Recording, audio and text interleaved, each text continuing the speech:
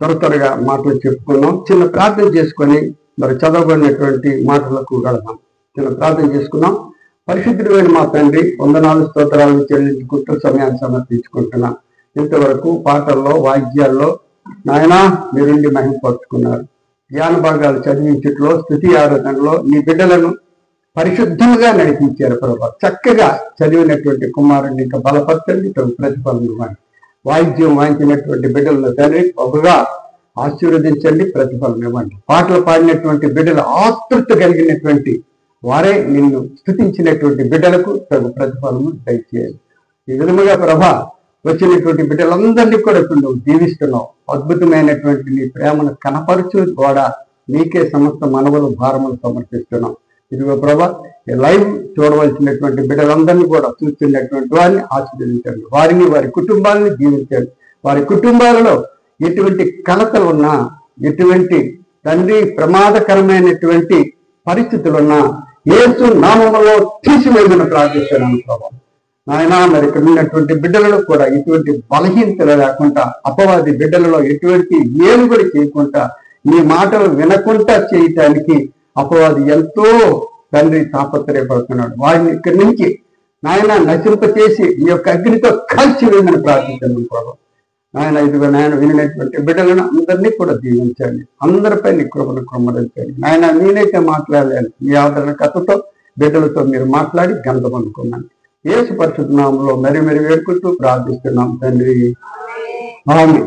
మంచిది. ప్రేమైనటువంటి దేవుని బిడ్డలారా, ఉత్తర ప్రత్యుత్తరాలు చాలా చక్కగా. మొర్ర అంటే అది చాలా విలువైనటువంటి మాట అండి. అడగటం వేరు, మొర్ర పెట్టడం వేరు. మొర్ర అంటే చాలా విలువైనటువంటి మాట. గుండెల్లో నుంచి వచ్చినదే మొర్ర. నోటి పెదవుల ద్వారా వచ్చినటువంటిది కాదు, కానీ గుండెల్లో నుంచి వచ్చినటువంటిదే మొర్ర. గనుక దావీదు చెప్తున్నాడు, యెహోవా నేను నీకు మొర్ర తెప్పించున్నాను, నా ఆశ్రయ దుర్గమా మౌనముగా నుండక నా మనవి ఆలకింపుము. నీవు మౌనముగా నుండిన ఎడల నేను సమాధిలోనికి దిగు వారి వలె అగుదును. నేను నీకు మొర్ర పెట్టినప్పుడు నీ పరిశుద్ధాలయము వైపునకు నా చేతులు ఎత్తినప్పుడు నా విజ్ఞాపన ధ్వని ఆలకింపుము. దేవునికి స్తోత్రం. ప్రియులారా, దావీదు ఇంత తీవ్రమైనటువంటి మాటలు ఎందుకు ఆడుతున్నాడో తెలుసండి. దేవుడు ఆ మొరను ఆలకించగలిగినటువంటి వాడు, హృదయంలో ఉన్నటువంటి భావాన్ని ఆలకించినటువంటి వాడు. హృదయంలో నుంచి వచ్చినటువంటి బాధకరమైనటువంటి పరిస్థితుల్లో ఉండేటప్పుడు మన హృదయంతో దేవునికి అడిగేటప్పుడు దేవుడు తప్పనిసరిగా ఏం చేస్తాడు? ప్రతిఫలము ఇస్తాడు, ఆలకిస్తాడు, ప్రతిఫలం ఇస్తాడు. ప్రియులారా, దేవుడు ఎంతో ప్రేమ కలిగినటువంటి దేవుడిని చాలా మంది కోట్లాది ప్రజలు విడిచిపెట్టేస్తున్నారు. విడిచిపెట్టి ఇష్టానుసారంగా తిరుగుతున్నారు, ఏదేదో దేవుణ్ణి అడగకుండా పరిగెడుతున్నారు. కానీ వారు పరిగెత్తి సంపాదించిన అది నిష్ప్రయోజనమని వారికి తెలియదు. కనుక దేవుడు ఎంతో ఇదేనటువంటి. ఇక్కడ 8వ వచనం చూద్దాం. అదే అధ్యాయంలో 8వ వచనం చూసినట్లయితే, యెహోవా తన జనులకు ఆశ్రయము. దేవునికి స్తోత్రం. ఎవరికి ఆశ్రయం అయినా? తన జనులకు ఆశ్రయము. అంటే ఆశ్రయం అంటే మనకు ఆధారము, మనకు కేడము, అంటే మనకు కాపుదల ఇచ్చినటువంటి వాడు. గనుక దావీదు కుదరంటే కొండల తట్టు కొండలు తెచ్చున్నాను, నాకు సహాయం ఎక్కడి నుంచి వచ్చును? దేవుని వల్లనే మనకు సహాయం వస్తుందని నేను అక్కడ మొరపెడుతున్నాను. దావీదు చాలా దేవుని యొక్క భావాన్నంతా తెలుసుకున్నటువంటి వాడు. గనుక దేవుని ఏ విధముగా అడిగితే ఏ విధముగా నేను పొందుకుంటాను అని ఆయన ఒక నిశ్చయమైనటువంటి పరిస్థితిలో ఆయన చేస్తున్నాడు. ఇక్కడ చూస్తే ఆయన తన అభిషక్తిని రక్షణ దుర్గము, తన అభిషక్తునికి రక్షణ దుర్గము, నీ జనులను రక్షింపుము, నీ స్వాస్థ్యమును ఆశీర్వదింపుము, వారికి కాపరవై నిత్యము వారిని ఉద్ధరింపుము. దావీదు మన కొరకు మొరపెడుతున్నాడండి.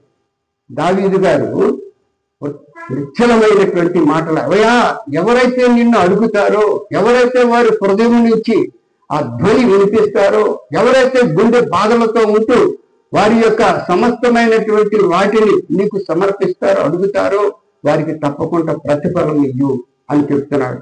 తనకు తను ప్రార్థన చేసుకుంటూ లేకుంటూ అడుక్కుంటూ తనకు తను అడుగుతూ ఇతరుల కొరకు కూడా ఆయన చెప్తున్నాడు. కనుక 119 కీర్తన 136లో మనం ఎప్పుడు కూడా చదువుకుంటూ ఉంటాం. నీ ధర్మశాస్త్రమును అనుసరింపని వారిని చూసి నా కన్నీరు ఏరులై పారుతుంది అని అక్కడ చెప్పడం మనం చూస్తున్నాం. ప్రేమైనటువంటి దేవుని బిడ్డలారా, దేవుడు ఎంతో ఉత్తమమైనటువంటి వాడు, ఉన్నతమైనటువంటి వాడు, ప్రేమ కలిగినటువంటి వాడు. గనుకనే దేవుడు మన పట్ల ఎంతో అద్భుతమైనటువంటి ప్రేమను కనపరుస్తున్నాడు. ఆ కనపరిచినటువంటి ప్రేమను వివరిస్తున్నాడు దావీదు వివరిస్తున్నాడు. మనము అడగాలి. ఎలాగ అడగాలి? మనము హృదయముతో అడగాలి. మన హృదయ భావనతో అడగాలి. కనుక మరి నా దుర్గమా అంటున్నాడు. అంటే నాకు కావలసినటువంటి ఆధారభూతుడైనటువంటి నా దేవుడా, నేను మొర్ర పెడుతున్నాను. మొర్ర అనేది గుండెలో నుంచి వచ్చినటువంటి, మీకు చెప్తున్నాను, గుండెలో నుంచి వచ్చినటువంటి భావమే. అది ఎప్పుడు గుండెలో నుంచి వస్తుంది అంటే మనకు ఎంత భయంకరమైనటువంటి, మన శరీరం అంతా ముడుచుకొని మనకెంత భయంకరమైన బాధ వచ్చేటప్పుడు ఆ బాధ మనం ఎవరి దగ్గర పెట్టాలి? దేవుని దగ్గర పెట్టాలి. ప్రియమైనటువంటి దేవుని బిడ్డలారా, ఇక్కడ మీరు చదువుకున్నారు, మరి నేను చదివి వినిపించేస్తాను. చూడండి, 3వ వచనం చూస్తే, భక్తిహీనులను పాపము చేయు వారిని నీవు లాగివేయునట్టు నన్ను లాగివేయకము అని మహాభక్తుడైనటువంటి దావీదు చెప్తున్నాడు. వారు దుష్టాలోచన హృదయములో ఉంచుకొని తమ పొరుగు వారితో సమాధానముగా మాట్లాడరు. తమలో వారి ఎలాంటి ఆలోచన అండి? లోపల ఒకలాగుంటుంది, పైన ఒకలాగుంటుంది. వారితో మనకు సంబంధం లేదనుకోండి. అటువంటి వారిని అక్కడ గద్దిస్తున్నాడు దావీదు. గద్దించి మారాలని ఆయన యొక్క కోరిక. ఇంకొక మాట, వారి క్రియలను బట్టి, వారి దుష్ట క్రియలను బట్టి, దుష్ట క్రియలు అంటే చెడ్డ కదా, చెడ్డ పనులను బట్టి వారికి ప్రతీకారము చేయము. వారు చేసిన పనిని బట్టి వారికి ప్రతీకారము చేయము, వారికి తగిన ప్రతిఫలము. దేవునికి స్తోత్రము కలుగును గాక. ఎవరికండి? దుష్టులకు సరియైన ప్రతిఫలం ఇవ్వండి, మంచి వారిని మాత్రం వారి యొక్క మొరను వినండి అని ఇక్కడ మరి స్పష్టముగా చెప్తున్నాడు. ఎందుకంటే దుష్టత్వము దేవుని తృణీకరిస్తారు. గనుకనే అంత కఠినముగా దావీదు గారు మరి దుష్టత్వానికి జవాబిస్తున్నాడు. కనుక ప్రియమైనటువంటి 5వ వచనంలో చూసినట్లయితే, యెహోవా కార్యములను వారు లక్ష్య పెట్టరు. ఎవరండి? దుష్టులు. యెహోవా పనులను వారు లక్ష్య పెట్టరు. ఆయన హస్తకృత్యములను వారు లక్ష్య పెట్టరు. కావున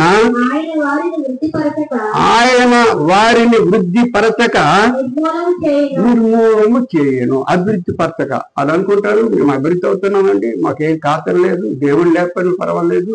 14 కీర్తనలో 14:53 ఉంటుంది మాట, మీకు చెప్పిందే చదవక్కర్లేదు. దేవుడు లేడని బుద్ధిహీనులు తమ హృదయంలో అనుకుంటారు. ఇటువంటి వారికి మాత్రము ఇది సవాళ్ళ కలిగినటువంటి మాటలు.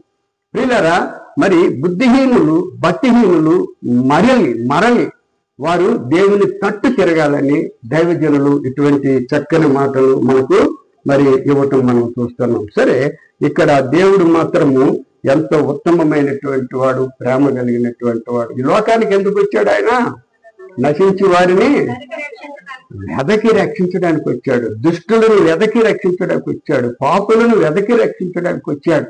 కనుక సమస్తమైనటువంటి వారిని కూడా తమ బిడ్డలుగా ఆయన అంగీకరిస్తున్నాడు. దుష్టులు మారాలి, దుర్మార్గులు మారాలి, అపవిత్రులు మారి తనలోకి రావాలి. అది దేవుని యొక్క కోరిక. అందుకనే ఆ దుష్టత్వం ఎవరైతే మారుతారో ఆ దుష్టత్వం కొరకు ఆయన బలి అయిపోయాడు. ఆయన శరీరాన్నే బలి ఇచ్చేశాడు. కనుకనే ఇక్కడ మనము చూద్దాం. ఇక్కడ ధ్యాన భాగంలో ఏం మాటలు ఉన్నాయి? అడుగుడి ఎవడును, వెదకుడి మీకు దొరుకును. కంటత వాక్యం కదా ఇది. తట్టుడి మీకు తీయబడును, అడుగు ప్రతి వారును పొందును. దేవునికి స్తోత్రం.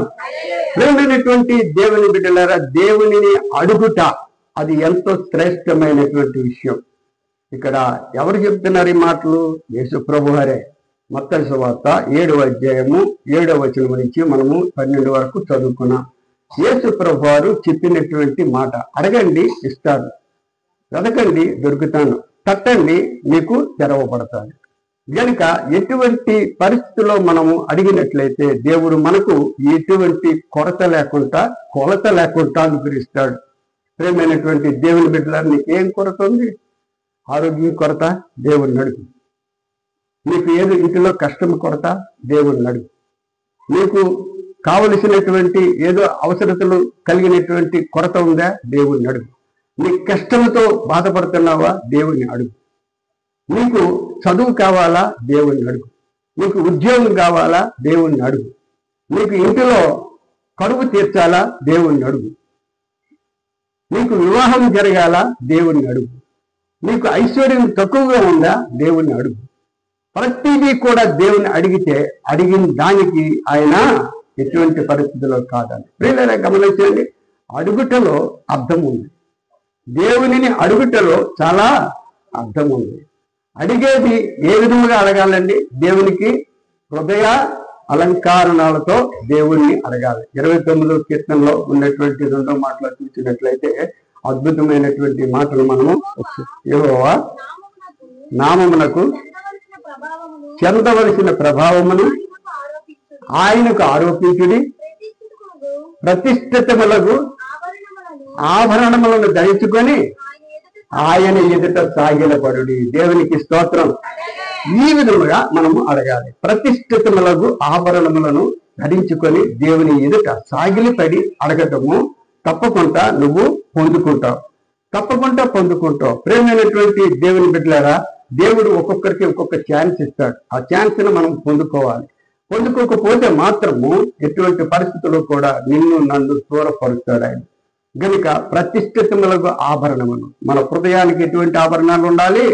ప్రతిష్ఠితములకు ఆభరణములతో దేవునిని మనము ఆరాధించాలి. ఎప్పుడైతే ఆరాధిస్తామో నీకు ఏం కొరత ఉంది?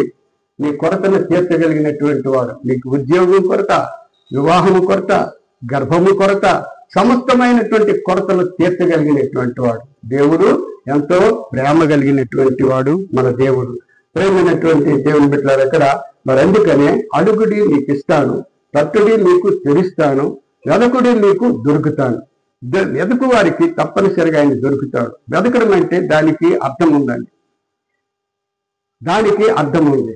మేము ఎటువంటి పరిస్థితుల్లో కూడా మన ఊర్లో ఎక్కువ వేరుశనగ వేసేవారు. వేరుశనగ వేసేటప్పుడు అవి నీకు ఏరడం అంటే అక్కడ తేలిపోయిన కాయలు ఏరటానికి వెళ్ళేవాళ్ళం. వెళ్ళేటప్పుడు కాయలు చూస్తామా, ఆకాశాన్ని చూస్తామా? చెప్పండి. కాయలు ఎక్కడ దొరికితే కాయలే చూసుకొని తిరుగుతూ ఉంటాం. అలాంటప్పుడు విస్తారమైనటువంటి కాయలు వేరుతూ ఉంటారు. అదే విధంగా వరి చేనులో నేకంటారు. నేకంటే చిన్న పరకలు ఏరుకోవటం. ఆ ఏరుకోవటంలో వెళ్ళి ఆ ధాన్య పరకలనే చూస్తామా, లేకుంటే గడ్డిని చూస్తామా? ధాన్య పరకలనే ఎక్కడ దొరుకుతాయని చూస్తాం, తీసుకొని జాగ్రత్త పెట్టుకుంటాం. ప్రియులారా, అటువంటి మనం జాగ్రత్త పెట్టుకున్నటువంటి విధానం బట్టి దేవుని యొక్క ప్రేమను మనం వెతికితే దేవుడు ఎందుకు మనకు ప్రేమించడు చెప్పండి? తప్పనిసరిగా మనకు అనుకున్నవన్నీ కూడా అనుకూలమైనటువంటి పరిస్థితిలో మనకు మరి దయచేస్తాడు దేవుడు. 1వ తిమోతి చూసినట్లయితే 1వ తిమోతి 1వ అధ్యాయము 10వ వచనంలో తిమోతి గారు చెప్తున్నటువంటి మాటలను మనం చూడగలిగినట్లయితే, పాపులను రక్షించుటకు క్రీస్తు యేసు లోకమునకు వచ్చినను వాక్యము నమ్మదగినదియు పూర్ణ అంగీకారమునకు యోగ్యమైనదైన ఉన్నది. అట్టి వారిలో నేను ప్రధానుడను అని తిమోతి భక్తుడు చెప్తున్నాడు. గమనించారా? ఆయన చెప్పినటువంటి మాట, పాపులను రక్షించడానికి వచ్చాడు దేవుడు. దేనికి వచ్చాడు? భూలోకములో పాపులను రక్షించడానికి వచ్చేటప్పుడు ఆ రక్షణ పాపులు పొందుకోవాలా లేదా చెప్పండి? పొందుకోవాలి. కనుక తిమోతి గారే చెప్తున్నారు, పాపులను రక్షించుటకు క్రీస్తు యేసు లోకమునకు వచ్చిన వాక్యము నమ్మదగినది అయి పూర్ణ అంగీకారములకు యోగ్యమైనది అయి ఉన్నది. అట్టి వారిలో నేను ప్రధానుడను. ఈ మాట మీకు అర్థమవునుగాక. అంతకు ముందు తిమోతి, నేను అసభ్యతకరముగా ఉండొచ్చు, కానీ ఆ వాక్యము ద్వారా నేను ఎదురు చూస్తున్నాను. నన్ను రక్షించడానికి వచ్చినటువంటి దేవుణ్ణి నేను విడిచిపెట్టను అని చెప్తున్నాడు. అదే తిమోతిలో సరే లోకాలో 1వ అధ్యాయము 12-13 చూసినట్లయితే, లోకాలో 1వ అధ్యాయము 12-13 చూసినట్లయితే, పూర్వము దోషకుడును హింసకుడును హానికరుడునైన నన్ను తన పరిచర్యకు నియమించి కాదు ఇది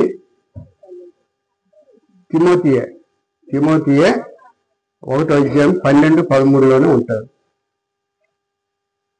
నేను చదివేస్తానండి. పూర్వము దోషకుడును హింసకుడును హానికరుడునైన నన్ను తన పరిచర్యకు నియమించి నమ్మకమైన వానిగా ఎంచినందుకు నన్ను బలపరిచిన మన ప్రభువైన క్రీస్తు యేసునకు కృతజ్ఞతుడనై ఉన్నాను. తెలియక అవిశ్వాసం వలన చేసి ఆయన కూడా అవిశ్వాసం వలన చెడు నడతలో నడిచాడు. నడిచిన తర్వాత ఏమయ్యాడైనా స్టాండర్డ్ అయిపోయాడు. యేసుక్రీస్తు లోకానికి వచ్చిన తర్వాత స్టాండర్డ్ అయిపోయాడు. అంటే ఆయన మార్చుకున్నాడు, మార్పబడ్డాడు. గనుక కనికరింపబడితిని. దేవునికి స్తోత్రం. ఆయన నిష్కపటి కనికరింపబడ్డాడు. ప్రియమైనటువంటి దేవుని కుమార్తెలారా, కుమారులారా, మనము కనికరింపబడినటువంటి బిడ్డలుగా ఉండడము ఎంతో శ్రేష్టమైనటువంటి విషయం.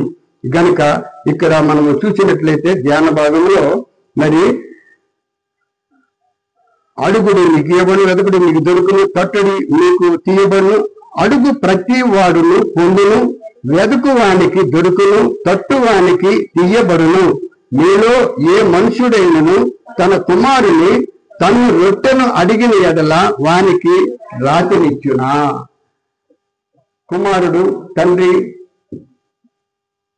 ఉండేటప్పుడు తండ్రి దగ్గరికి పరిగెత్తి రొట్టెని అడిగితే ఒక రాయి తీసి ఇదే రొట్టె తినరా అంటాడా? అండు. అయినా అండు ఎంతో గుండె పగిలిపోద్ది, నాన్న రొట్టె కావాలా దా అంటాడు. ఒకవేళ చేపలు అడిగినా పామును ఇచ్చునా? చేప అడిగితే నాన్న చేపలు తినాలని ఉంది నాకు అంటే పాములు తీసుకొచ్చేస్తాడా? ఇవ్వడు. ఎటువంటి పరిస్థితుల్లో తండ్రి అటువంటి ప్రవర్తించడు. గనుక మీరు చెడ్డవారే ఇండియు మీ పిల్లలకు మంచి ఈవులు నెరిగి ఇయ్యాలని కోరుకొని ఉండగా పరలోకమందున్న మీ తండ్రి తన్ను అడుగువానికి అంతకంటే ఎంతో నిశ్చయముగా మంచి ఈవులనిచ్చెను. మన దేవుడు మనం అడిగేసరికి మన తల్లిదండ్రులు అంత ప్రేమ చూపించినప్పటికీ కూడా అవి ఎందుకు పనికిరాదు. కానీ మనలను ఎక్కువ ప్రేమించగలిగినటువంటి వాడు మన దేవుడే. మన దేవుడిని మనము గట్టిగా అడిగినట్లయితే దేవుడు తప్పనిసరిగా మనకి ఏం చేస్తాడు?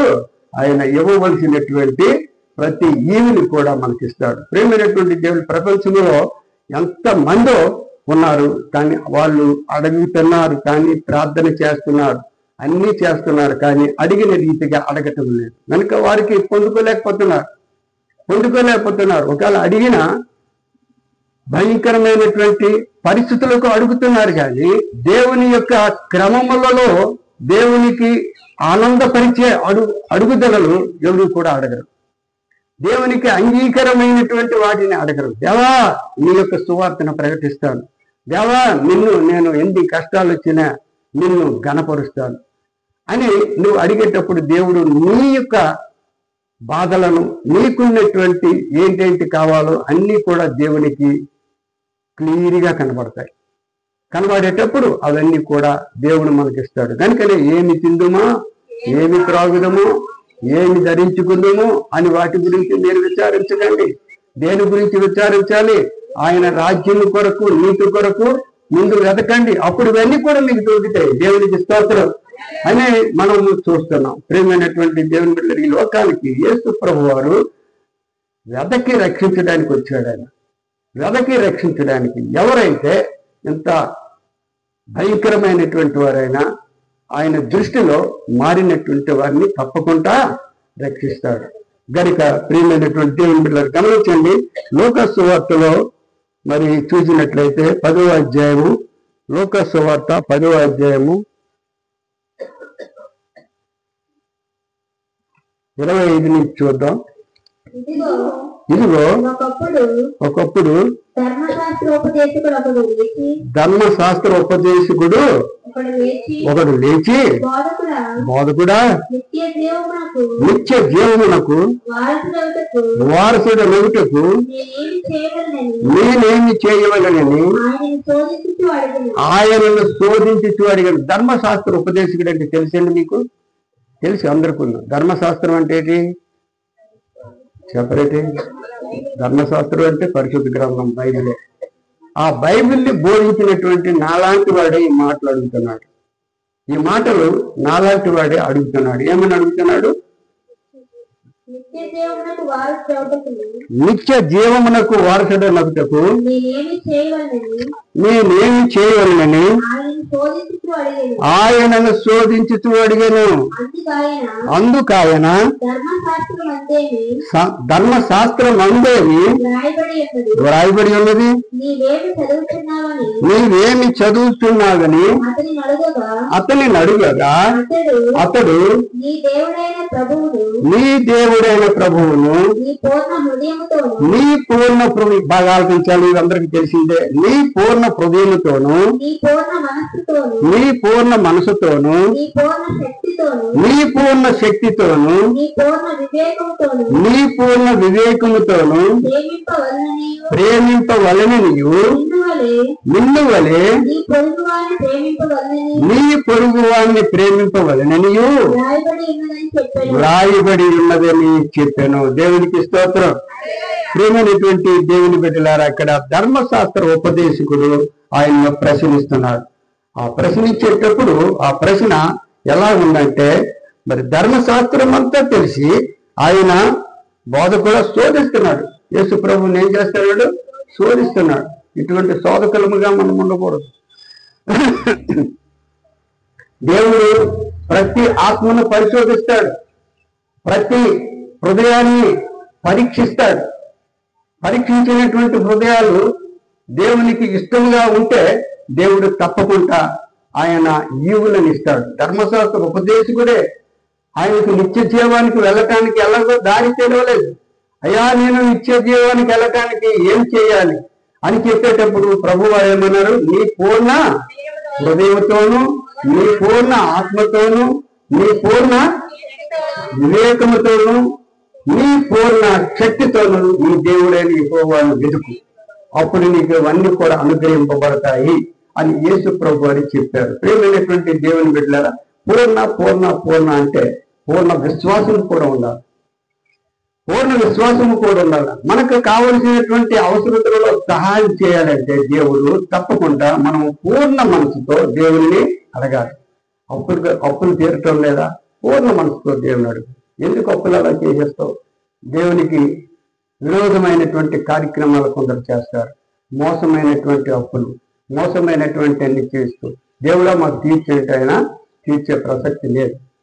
నువ్వు మనసు మార్చుకొని, దేవా నేనేదో తెలివితేటలుగా ఎంతవరకు చేసేయాలి, నా అప్పు తీర్చు, అప్పుల బాధలో ఉన్నాను, నేను ఎప్పుడు కూడా గణపరుచుకుంటాను, నా తండ్రి నీ కొరకు నేను జీవిస్తాను అనేటప్పుడు వారి అప్పులు తీరుస్తాడండి దేవుడు. దేవునికి స్తోత్రం.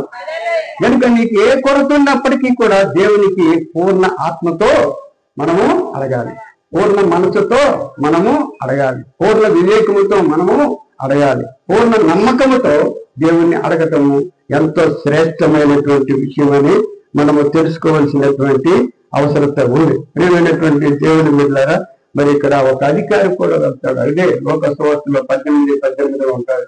ఒక అధికారి ఏంటి, అయ్యా నేను నిత్య రాజ్యానికి వెళ్ళటానికి ఏం చేయాలి? చాలాసార్లు కథ చెప్పుకున్నాం మనం. నిత్య రాజ్యానికి నేను వెళ్ళటానికి ఏం చేయాలి అని చెప్పేటప్పుడు ఆయన ఏమంటున్నాడని అక్కడ చదవండి. ఒక అధికారి ఆయన చూసి సద్బోధకుడా అంటే బోధకుడా అంటే స్వచ్ఛమైనటువంటి అంటే బోధించినటువంటి వాడా అని, నిత్య జీవానికి వారసుడగుటకు నేనేమి చేయవలనని ఆయనను అడిగాను. అందుకు యేసు నేను సత్పురుషుడనని వేళ చెప్పుచున్నాను. దేవుడు ఒక్కడే తప్ప మరి ఎవరు సత్పురుషులు కారు. వ్యభిచరింపవద్దు, నరహత్య చేయవద్దు, దొంగిలవద్దు, అబద్ధ సాక్ష్యము పలుకవద్దు, నీ తల్లిదండ్రులను సన్మానింపమని ఆజ్ఞలను ఎరుగుదువు కదా అని అతనితో చెప్పాను. దేవునికి స్తోత్రం. ప్రేమైనటువంటి దేవుని బిడ్డలారా, ఇది నిత్య రాజ్యానికి వెళ్ళాలంటే యేసు ప్రభువు వారు చెప్పినటువంటి మాట. వ్యభిచరింపవద్దు, దొంగలించవద్దు, అబద్ధమాడవద్దు. ఇంకా ఇవన్నీ చెప్పిన తర్వాత కూడా ఆయన అంటున్నాడు, నేను చిన్నప్పటి నుంచి ఇవన్నీ కూడా నేను పాటిస్తున్నాను అంటాడు. అయితే నీకు ఇంకొకటి కొదువుగా ఉంది. ఏంటి కొదువుగా ఉంది? ఆయన పెద్ద ధనవంతుడు. ధనం ఏం చేస్తుందో తెలుసండి, పాపంలో దించింది. పెద్ద ధనవంతుడు కనుక నీకు ఒకటి కొదువుగా ఉందయ్యా, నువ్వు ఇంటిలో ఉన్నటువంటి నీ కలిమి అంతా కూడా విడిచిపెట్టి నన్ను వెంబడించు. దేవునిలో వెంబడిస్తే ఏముందో తెలుసండి, దీర్ఘాయం ఉంది, ఐశ్వర్యం ఉంది, అంతస్తు ఉంది, చాలా మనసుకు శాంతి సంతోషములు ఉన్నాయి. కనుక అటువంటి యేసు ప్రభు వారు కలిగి నన్ను వెంబడించంటే ఆయన ఏమంటాడండి, చాలా ధనవంతుడు కనుక ఆ ధనాన్ని విడిచిపెట్టలేక యేసు ప్రభు చెప్పినటువంటి మాటలను అసహించుకొని వెళ్ళిపోతాడు. ఈ రోజుల్లో కూడా ప్రియమైనటువంటి దేవుని బిడ్డలారా, దైవ సేవకులు బోధించినటువంటి బోధలు కొందరికి ఇష్టం ఉండదు. ఎవరికి ఇష్టం ఉండదండి? అది అటు కావాలి, ఇటు కావాలి, అటు పాపం కావాలి, ఇటు పరిశుద్ధత కావాలి అని ఉన్నట్టు దైవ సేవకులు మాట్లాడేటప్పుడు అందరికీ కూడా అది ఎలా ఉంటుంది, విరోధముగా ఉంటుంటారు. కనుక దైవ సేవకులు మాట్లాడినటువంటి మాటలు ఏంటో తెలిసండి, ప్రతి ఒక్కరిని కూడా యేసు ప్రభు వెదికి రక్షించడానికి వచ్చాడు. కానీ అందరూ కూడా రక్షణ పొందుకొని దేవుని యొక్క మహిమను పొందుకోవాలని దైవ సేవకుడి యొక్క కోరికలు. దేవునికి స్తోత్రం. కనుక అతి విధమైనటువంటి మనస్సులతో మనం ఉండేటప్పుడు, హృదయ శుద్ధి కలిగినటువంటి వారముగా ఉండేటప్పుడు మనము ఏది అడిగినా దేవుడు మనకు కాదనడు. మనం ఏది అడిగినా దేవుడు కాదనడు. ఎందుకంటే ఆయన ప్రజలమై ఉన్నాం. మనం ఆయన ఉన్నతమైనటువంటి పరిస్థితుల్లో ఉన్నాం. కనుక ఒక ఆవిడే అన్నిరాల ఇండి యేసు ప్రభువును మొక్కినదై కాదు, తన కుమార్తెకు ఒక దెయ్యం పట్టినటువంటి విధానమును బట్టి పరిగెత్తి వెళ్ళి యేసు ప్రభువు పాదముల మీద పడి, అయ్యా నా కుమార్తె దెయ్యం పట్టిందే, బాధపడుతుంది, చావుట సిద్ధముగా ఉంది, రండి అని చెప్పేటప్పుడు యేసు ప్రభువు ఆవిడ అన్నిరాలు కనుక, అమ్మ పిల్లల రొట్టెలు కుక్కలకు వేయనంటారు. అప్పుడు ఆమె ఏమంటారు తెలుసండి, పిల్లలు తినేటప్పుడు కుక్కలు కూడా ముక్కలు ఏరుకుంటాయి. పిల్లలు అంటే ఎవరు తెలుసండి? దేవుని బిడ్డలు. కుక్కలు అంటే ఎవరు తెలుసండి? అన్యులు, దేవునిని నమ్మలేనటువంటి వారు. అంటే దేవుని బిడ్డ ప్రవర్తనను బట్టి దేవుని బిడ్డలు కానిటువంటి వారు మారుతారు అని ఒక ఉద్దేశము. దేవునికి స్తోత్రం. దేవుని బిడ్డలు వెలిగింపబడతా ఉంటే ఇతరులు కూడా వెలిగింపబడతారు, వారిని బట్టి వెలిగింపబడతారు అని ఈ స్త్రీ అనేటువంటి మాటను యేసు వారు ఎంతో అంగీకరించి సంతోషించారు. అమ్మా నువ్వు వెళ్ళి నీ కుమార్తె బాగుపడింది. అడిగింది కనుక తన కుమార్తెను బాగు చేసుకుందా లేదా? చేసుకుంది. ప్రియులారా, ఈరోజు మనం అడిగితే దేవుడు తప్పకుండా మనల్ని ఏమైనా చేయటానికి ఆయన సిద్ధముగా ఉన్నాడు. ఆయన ప్రేమించినటువంటి దేవుడు గనుక మూగదెయ్యము పట్టినటువంటి ఆవిడ తన కుమార్తెని ఎంతో అద్భుతమైనటువంటి స్వస్థత పొందుకుంది. అదేవిధంగా ఒకగానొక కుమారుడు, మనం కథలు చెప్పుకున్నాం, మూర్ఛ దెయ్యము పట్టింది. అతనికి మూర్ఛ వచ్చి ఏ నీళ్ళలో పడిపోతాడో అగ్గిలో పడిపోతాడో తెలియదు. అతన్ని తిన్నగా శిష్యుల దగ్గరికి తీసుకెళ్ళి, అయ్యా ఈయన బాగు చేయండి, వాళ్ళ చేతకాలేదు. యేసు ప్రభువు దగ్గరికి తీసుకువెళ్ళాడు. యేసు ప్రభువు చూశారు, ఏంటంటే ఆ శిష్యులతో దెబ్బలాడుతున్నారు అందరూ, ఆయన బాగు చేయలేదని. ఆయన తీసిరండి నా దగ్గరికి అని యేసు ప్రభువు చెప్పేటప్పుడు యేసు ప్రభువుని చూసిన వెంటనే అతడు ఏం చేశాడంటే మోస దెయ్యం కలిగినటువంటి వాడు పడిపోయి గిలగిల గింజుకుంటూ నురగ కక్కుకుంటున్నాడు. చూసారా దేవుని యొక్క శక్తి ఎటువంటిదో? మీలో నాలో ఉండేటప్పుడు కూడా అటువంటి శక్తి కలిగినటువంటి వారంగా మనం జీవించాలని దేవుడు వెలుగై ఉన్నాడు, మనము కూడా వెలుగై ఉండాలి. మన వెలుగుని తీసేసరికి దురాత్మ శక్తులు పరిగెట్టి పారిపోవాలి. పాపపు శక్తులు పరిగెట్టి పారిపోవాలి. మూర్ఖపు మార్గములు పరిగెట్టి పారిపోవాలి. కనుక ఇక్కడ యేసు ప్రభువుని చూసేసరికి ఆ మూర్ఖదేవు పట్టినటువంటి వాడు పడిపోయి గడగడ గుంజుకుంటుంటాడు. గుంజుకునేటప్పుడు ఆయన అడుగుతారు. అడిగిన తర్వాత ఇది ఎప్పటి నుంచి అని అడుగుతారు. ఎప్పటి నుంచి అని అడిగేటప్పుడు ఫలానప్పటి నుంచి కూడా అని తండ్రి చెప్తాడు. వాడికి ఇది వచ్చేటప్పుడు నీళ్ళలో పడిపోతాడు, అగ్గిలో పడిపోతాడు, ఎక్కడ పడిపోతాడో తెలియదే అని చెప్పేటప్పుడు ఆయన అంటాడు ఒక మాట. చూడండి, మార్కు సువార్త 9వ అధ్యాయము 22, 23 చూసినట్లయితే, మార్కు సువార్త 9వ అధ్యాయము 22, 23. అది అంటే ఆ మూర్ఖ దెయ్యము వాని నాశనము చేయవలెనని అగ్నిలోను నీళ్లలోను పడద్రోయను, ఏమైనను నీ వలనైతే మా మీద కనికరబడి మాకు సహాయం చేయవలెను. అందుకు యేసు నమ్ముట ఏంటంటే నమ్ముట నీ వలనైతే. పిల్లరా గమనించండి, ప్రతి ఒక్కరము కూడా మనం అడుగుతాం కానీ నమ్మకం లేని అడుగులు కూడా కొందరు ఉంటాయి. కనుక నమ్ముట నీ వలనైతే దేవునికి స్తోత్రం కలుగునుగాక. నమ్మువానికి సమస్తము సాధ్యమే అని చెప్పి ఆ మూగదెయ్యము పట్టినటువంటి వాడిని ఆయన బాగు చేయటం జరిగింది. ఆ విశ్వాసానికి ఎంతో మరి యేసు ప్రభు వారు సంతోషించారు. నమ్ముట నీవులనైతే నమ్మువానికి ప్రతి ఒక్కరు కూడా సాధించుతారంటే అప్పుడు ఈయన ఏమంటాడో తెలిసింటే, అయ్యా ఆ నమ్మకము నాలో బలపరచబడినట్టు నాకు సహాయం చేయని దేవుడినే నేను అడుగుతాడు. దేవునికి స్తోత్రం. అటువంటి నమ్మకం ఇచ్చినటువంటి విధానం బట్టి ఆయన బాగు చేశాడు. ప్రియులరా, అడిగితే దేవుడు ఎప్పుడు కూడా మరి తప్పకుండా మనకు అనుగ్రహించినటువంటి మహాదేవుడు. విశ్వాసముతో జీవించిన అడిగిన అడుగు ప్రతి వారికి కూడా పొందుకునే అవకాశము అదృష్టము మనకు కలుగుద్ది. ప్రతిదీ కూడా మనము అడగటము నేర్చుకోవాలి. ఎలాగ అడగాలండి? మన హృదయ కన్నీటితో తప్పనిసరిగా దేవుడు మనకు అనుగ్రహిస్తాడు. గనుక ఎటువంటి పరిస్థితుల్లో కూడా అడగడం దేవునికి ఎంతో ప్రీతికరంగా ఉంటుంది. నువ్వు అడిగేటప్పుడు ఆయన కాదనడు. కానీ ఇక్కడ స్త్రీ అడిగింది, హృదయము ఎంతో దేవునికి అర్పించినటువంటి విధానమును బట్టి చూస్తాం. ఈ విధముగా కుష్టివారు, కుంటివారు, మూగదెయ్యం పట్టినటువంటి వారు, శానాదెయ్యము పట్టినటువంటి వారు చాలా మంది యేసు ప్రభువు యొక్క మాట ద్వారా స్వస్థతను పొందుకున్నారు. ప్రియమైనటువంటి దేవుని బిడ్డలారా, అటువంటి బలమైన దేవుణ్ణి మనము నమ్ముకుంటున్నాం. నమ్ముకున్నటువంటి వారికి దేవుడు మనకి ఎందుకు ఇవ్వడు? తప్పకుండా ఇస్తాడు. కనుక గమనించండి, ఒక కుర్రవాడి కంట భయంకరమైనటువంటి కాలుకు దెబ్బ తగిలింది. దెబ్బ తగిలిన వెంటనే ఎక్కడికి మోసుకెళ్తారండి? హాస్పిటల్కి మోసుకెళ్ళారు. హాస్పిటల్కి మోసుకెళ్ళిన తర్వాత హాస్పిటల్లో కట్టుబెట్టి డాక్టర్ గారి ట్రీట్మెంట్ అంటే వైద్యం అంతా పూర్తి చేసి, అయ్యా నువ్వు ఎక్కువ మెట్లు ఎక్కకు, ఆయనది 2వ అంతస్తు 3వ అంతస్తు ఇల్లు అంట, ఆ మెట్లు మాత్రమే ఎక్కడాలి, జాగ్రత్తగా ఉండాలి అని ఆయన మందులు రాసి ఇచ్చేటప్పుడు, ఆ మెట్టులు ఎక్కేవా నీకు బాధ ఎక్కువైపోద్ది అని చెప్పేటప్పుడు ఆయన జాగ్రత్తగా మెట్టులు మాత్రము ఎక్కలేదు, జాగ్రత్తగా వెళ్ళిపోయాడు. మరి ఒక నెల రోజులు అయిన తర్వాత ఆ బాధ మందులు తింటున్నాడు కానీ ఎక్కువైపోతుంది. ఆ బాధ ఏమవుతుందండి?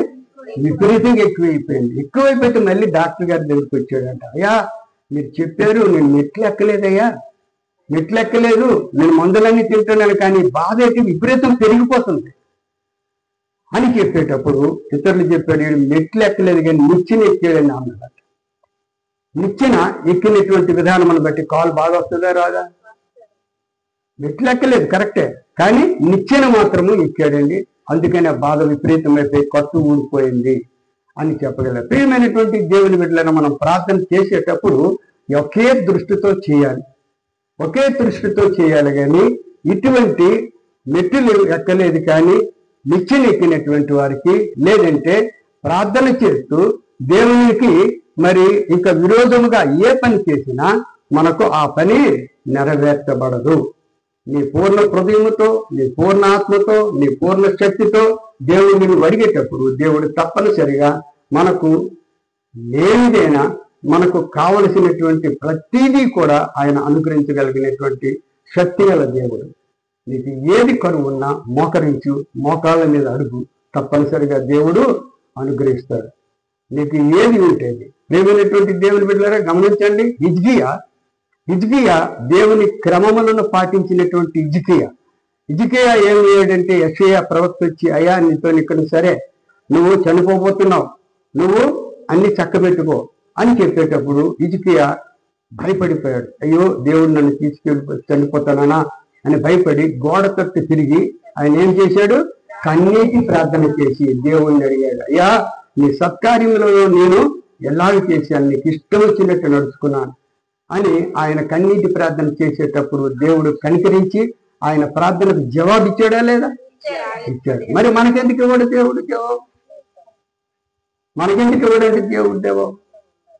ఈ నెట్టిలెక్కినోడు నిచ్చెనెక్కినోడు లేకుంటే జవాబు రాదు. ఎప్పుడైతే నువ్వు క్రమమైనటువంటి కన్నీటి ప్రార్థన చేస్తావో, హిజ్కియాకు ఎన్ని సంవత్సరాలు ఇచ్చాడు ఆయుష్? 15 సంవత్సరాలు ఇచ్చాడు. దేవునికి స్తోత్రము కలుగును. గనుక చివరి మాట చదివి మనం ముగించుకుందాం. కీర్తనలు 27:14 చూసినట్లయితే, కీర్తనలు 27:14 చూసినట్లయితే, యెహోవా కొరకు కనిపెట్టుకుని ఉండుము, ధైర్యము తెచ్చుకొని నీ హృదయమును నిబ్బరముగా ఉంచుకొని యెహోవా కొరకు కనిపెట్టుకొని ఉండుము. అప్పుడు నీకు అన్ని కూడా సఫలము, అన్ని కూడా నీకు జరుగును, అన్ని కూడా నీకు దొరుకును, అన్ని కూడా నీకు ఇవ్వబడును. గనుక ప్రియమైనటువంటి దేవుని బిడ్డలారా, అడిగితే మన దేవుడు ఇచ్చే దేవుడే, వెతికితే ఆయన కొరకు మనం వెతికినట్లయితే దొరికే దేవుడే, ఆయన కొరకు మనము తలుపు తట్టితే ఆయన తలుపు మన కొరకు తీసే దేవుడే. గనుక అటువంటి దేవుడు మనలో ఉన్నాడని ప్రతి ఒక్కరు తెలుసుకొని మనకు దేవుని యొక్క ఆ భయముతో మనము జీవిస్తూ దేవునికి అడిగితే దేవుడు తప్పకుండా మనకు సమస్తము కూడా అనుగ్రహిస్తాడు.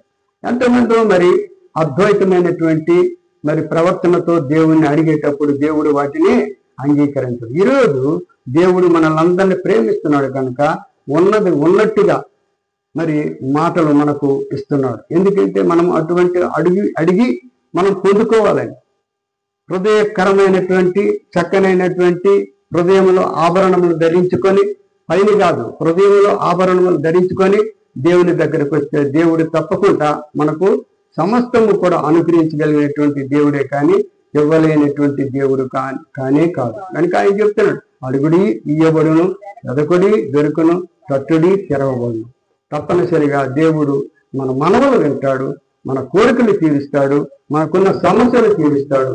కనుక మనకు ఎప్పుడు కూడా బలమైన దేవుడు మనం పెట్టుకొని మనం లేనిపోయినటువంటి లోకంలో వాళ్ళ దగ్గర వీళ్ళ దగ్గర ఆశలతో తిరగడము చాలా అది మంచిది కాదు. దేవుడిని అడిగితే దేవుడు తప్పకుండా ఇస్తాడని మీకు అందరికీ హెచ్చరిస్తూ కొద్ది మాటలతో ముగిస్తున్నాం. ప్రార్థన చేసుకున్నాం. పరిశుద్ధుడైన మా తండ్రి, వందనాలు స్తోత్రాలు చెల్లించుకుంటూ సమయాన్ని సమర్పించుకుంటున్నాం. ఈరోజు ప్రభా ఉన్నది ఉన్నట్లుగా మరి మాకు తండ్రి నిన్ను అడుగుకునే భాగ్యాన్ని, నాయన మేము పొందుకునే భాగ్యాన్ని నువ్వు అనుగ్రహించుటకు ఇటువంటి చక్కని మాటలను మాకు వినిపించినటువంటి విధానమునికి వందనాలు. మేము సమస్తము తండ్రి మరి నీ కొరకు కనిపెట్టినటువంటి వారముగా జీవించుటకు, నీ యొక్క ప్రేమను పొందుకున్నటకు నాయన మమ్మల్ని బలపరుస్తున్నావు. నశించిపోతున్నటువంటి మమ్మల్ని వెదకి రక్షించుతున్నావు. నాయన నువ్వు ఎంతో గొప్ప దేవుడు. నీ మాటలు విన్నటువంటి వారందరూ కూడా మారు మనసుతో రక్షణ మార్గంలో నడుచుకుంటూ నిన్ను కలిగి జీవించడానికి సహాయం చేయండి. లైవ్ లో చూసినటువంటి వీళ్ళందరూ కూడా జీవించండి. ప్రతి ఒక్క గృహములో తండ్రి నీ యొక్క వెలుగుతో ప్రకాశింపచేసి నీ ఘనతకు ప్రభావానికి మమ్మల్ని అందరినీ నడిపించుకోమని యేసు పరిశుద్ధ నామంలో మరి వేడుకుంటూ ప్రార్థిస్తున్నాం తండ్రి.